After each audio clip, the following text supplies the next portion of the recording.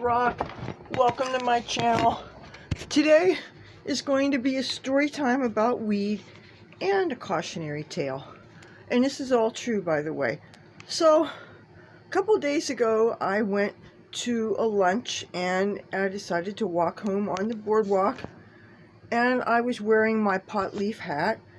And as I was passing Caesar's, I heard a man calling out to me. And he didn't know my name, so he was saying, yo, yo, yo. And I could kind of tell that he was directing his comments toward me. And I was deliberately ignoring him because he was a strange guy and I didn't like the way his voice sounded. And, you know, I ignore. I figure if you don't know my name, I probably don't need to look. So, but finally my curiosity got the back of me.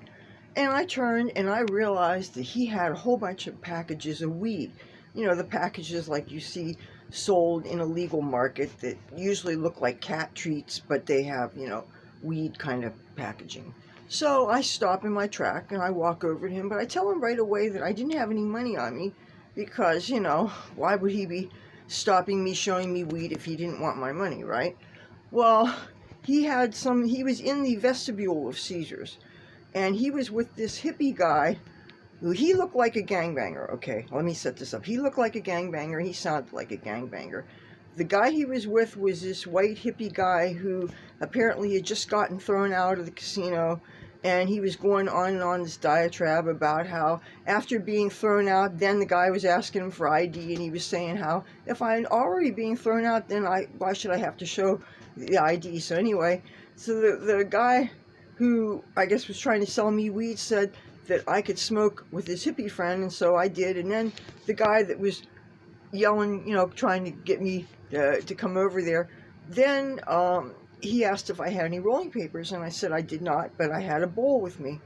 So then he asked if he could have it, and since I have more than a few pipes, I gave it to him, and then he said, reach out your hand, hold out your hand. And then he handed me a bud. And then he said, whatever you know, he says, don't share that with anybody.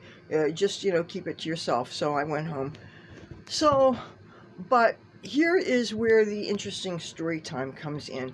Last week, there were some people from across the street that were passing around what I figured was a joint. And there was somebody in that group who is kind of likes me, and they started to pass it over to me, and he said no. And it turned out there was something besides pot in that joint.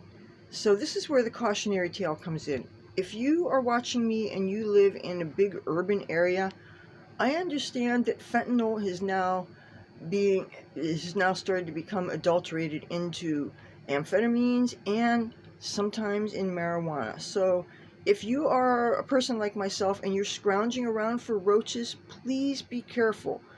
If certain people, and now you're not going to have to worry if you're going to a dispensary or if you grew it yourself or something, but if you don't know where your weed's coming from, please be careful, because there are people that like to put fentanyl in it and other things, and you have a right to know what you're ingesting.